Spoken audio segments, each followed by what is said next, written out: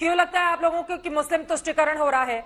अगर कुछ कट्टरपंथी हैं, जांच के आदेश तो दिए गए हैं ना शिक्षा मंत्री की ओर से, क्यों लग रहा है कि सरकार तुष्टिकरण की नीति अपना रही है झारखंड में? स्पष्ट रूप से बात कहना चाहता हूँ, क्योंकि मैं अभी इस एयरपोर्ट का उद्घाटन किया गया है, मैं उसी एयरपोर्ट पे हूँ अभी। मैं फ्लाइट बोर्डिंग शुरू होगी, इससे पहले मैं आपकी बात को कहना चाहूंगा। मेरे मित्र झारखंड मुक्ति मोर्चा के स्पोक्स पर्सन ने जो बात अभी कही कि कई स्कूलों में पहले से ऐसा होता है, उनको जानकारी का अभाव है। किसी स्कूल में फ्राइडे को छुट्टी नहीं होती थी। ये तुष्टिकरण की नई परिभाषा है और फ्राइडे को छुट्टी ही नहीं बल्कि प्रार्थना भी बदल दी गई है। जब बिहार झारखंड एक था तभी से ऐसा होता रहा है। अखबारों में बिहार सरकार के समय में बिल्कुल नहीं होता है। 2000 के पहले से मैंने भी मेरी शिक्षा भी झारखंड के विशुद्ध सरकारी विद्यालय के में ही हुई है, इसलिए मैं जानता हूँ ऐसी कोई बात नहीं होती थी। और दूसरी बात है जो अभी ये कह रहे हैं बार बार कि सरकार के संज्ञान में आता ही कार्रवाई की गई। यहाँ आपके सामने स्पष्ट है, शिक्षा मंत्री ने कहा हफ्ते भर में रिपोर्ट मांगी है। कौन सी रिपोर्ट चाहिए इनको? ये स्पष्ट है कि किस तरह से ग्रामीण शिक्षा समिति के द्वारा नियम बदल दिए जाते हैं। कभी शुक्रवार को छुट्टी कर दी जाती है, कभी प्रार्थना बदल दी जा रही है।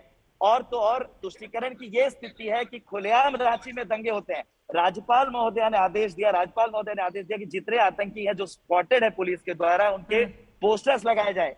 पोस्टर लगते हैं, चंद मिनटों में उन पोस्टर को उतारा जाता है। किसके आदेश से उतारा जाता है?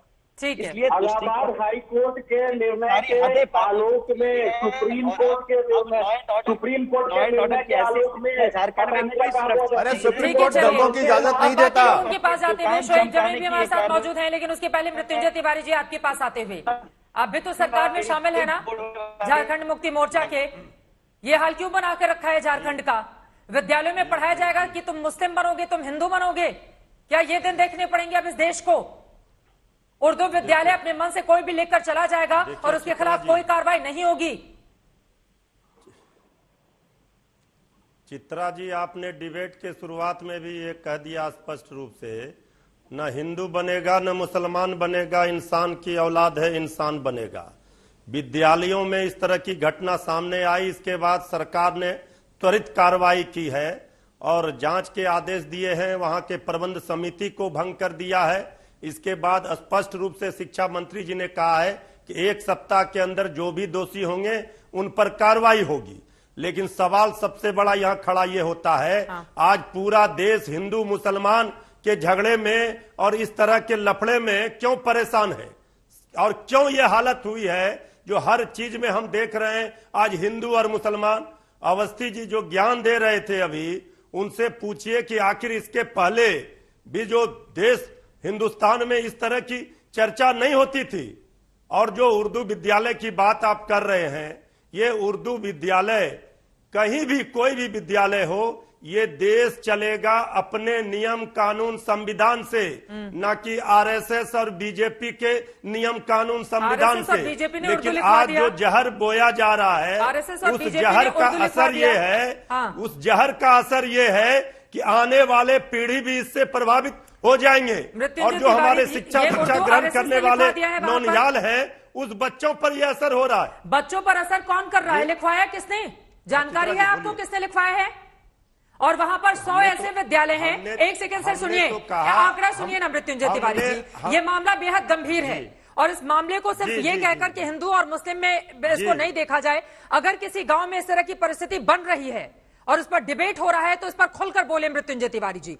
1084 प्राथमिक विद्यालय हैं, जिनमें 15 विद्यालय उर्दू के हैं, लेकिन अभी स्थिति यह है 100 विद्यालयों के बाहर उर्दू विद्यालय लिखवाया गया है। कहां से आते हैं ये लोग? और अभी तक उर्दू विद्यालय लिखा हुआ है। आप लोगों की जिम्मेदारी थी कि जाकर उस पर दोबारा पेंट करवाते, बता दें कि ऐसी स्थिति नहीं बननी चाहिए। चित्रा जी, अगर इस तरह के मामले सामने आए हैं तो आपने देखा कि सरकार किस तरह से गंभीरता से, तत्परता से सामने आई और अविलंब कार्रवाई की गई। वहां के प्रबंध समिति को भंग किया गया। लेकिन कौन जिम्मेवार है, कौन दोषी है, उसको तो सामने आना चाहिए। जांच हो रही है, 1 सप्ताह का समय लिया गया है। ये देश में ये हालात क्यों बने हैं, इसका भी तो जवाब सोचना होगा ना। अब निजेश अवस्थी जी, उनका इस ये कहना है मामले कि आरएसएस और गंभीरता को बीजेपी की हम वजह भी से समझ रहे हैं, ऐसे हालात पूरे बन गए देश हैं। भी समझ। ठीक है, आपने आरएसएस बीजेपी का नाम ये बताइए आप निजेश अवस्थी जी। बीजेपी ने ये हालात कर दिए हैं, अब शिक्षा विद्यालयों में भी ये जहर घोलना चाह रहे हैं। जवाब दीजिए, विद्यालयों में भी क्या जहर घोलना चाह रहे हैं आप लोग? चित्रा जी, इस देश में कोई भी घटना हो उसके लिए आरएसएस जिम्मेदार होता है मृत्युंजय तिवारी के हिसाब से। झारखंड में सरकार इनकी, मंत्री इनका, संविधान भारत का, कानून भारत का, और वहां पर आरएसएस ने जाके उर्दू लिखवा दिया। अरे आपकी जुबान नहीं लड़खड़ाती झूठ बोलते हुए? कम से कम आदमी को थोड़ी सी आत्मा अगर है तो आप ये बताइए। अब देखिए, मैं आपके बीच में नहीं बोला था, आपके बीच में बोला नहीं था, आपके बीच में नहीं बोला था मैं आपके नहीं उर्दू आप बीच में आपके बीच में नहीं बोला था। आपको मैं बता देता हूं, आपको बता देता हूं, आपको मैं बता देता हूं जहर घोल रहे हैं। कौन से आरएसएस और भाजपा के शासित, आरएसएस के विद्यालय में और भाजपा के शासित प्रदेश में कहां पर ऐसा हुआ है जहां पर रविवार की जगह किसी और दिन की छुट्टी कर दी गई है? भाई अरे करते तो पहले वहां से करते ना। ये बच्चों को सिखाइए ना मृत्युंजय तिवारी। अरे नहीं सिखाएंगे ये। चित्रा जी, आप किनसे अपेक्षा कर रही हैं? आप ईसाई सब है भाई भाई, बच्चों के भीतर ये जहर क्यों बोया जा रहा है कि तुमको शुक्रवार को छुट्टी इसलिए मिलेगी क्योंकि तुमको ये करना है, उनको रविवार को छुट्टी इसलिए मिलेगी क्योंकि रविवार को वो करना है। वो अवस्थी जी फिर के तो आप भाषाओं बच्चों धर्म के हिसाब से बांट दीजिए ना। मंगलवार को हिंदू बच्चों को कर दीजिए, शुक्रवार को मुस्लिम बच्चों को कर दीजिए, बाकी क्रिश्चियन और उनसे पूछ लीजिए, सिखों से। यही बनाना चाहते हैं ना आप लोग देश के भीतर?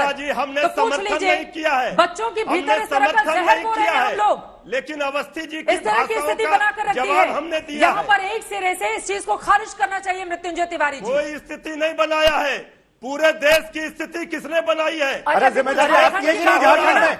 ये स्थिति नहीं दिख रहा है। पूरे देश में कहा, पूरे देश में कहा किसी स्कूल में और दिन छुट्टी हुई है? किसी भी सरकारी विद्यालय की छुट्टी नहीं होती है मृत्युंजय तिवारी जी। और अगर आप ये कर रहे हैं तो ये गलत है। ये कहा जा रहा है कि दरअसल झारखंड सरकार की ओर से ही करवाया गया है ये कि उर्दू विद्यालयों में शुक्रवार को छुट्टी दी जाए। परेशान है, ये बीजेपी आरएसएस ने किया है।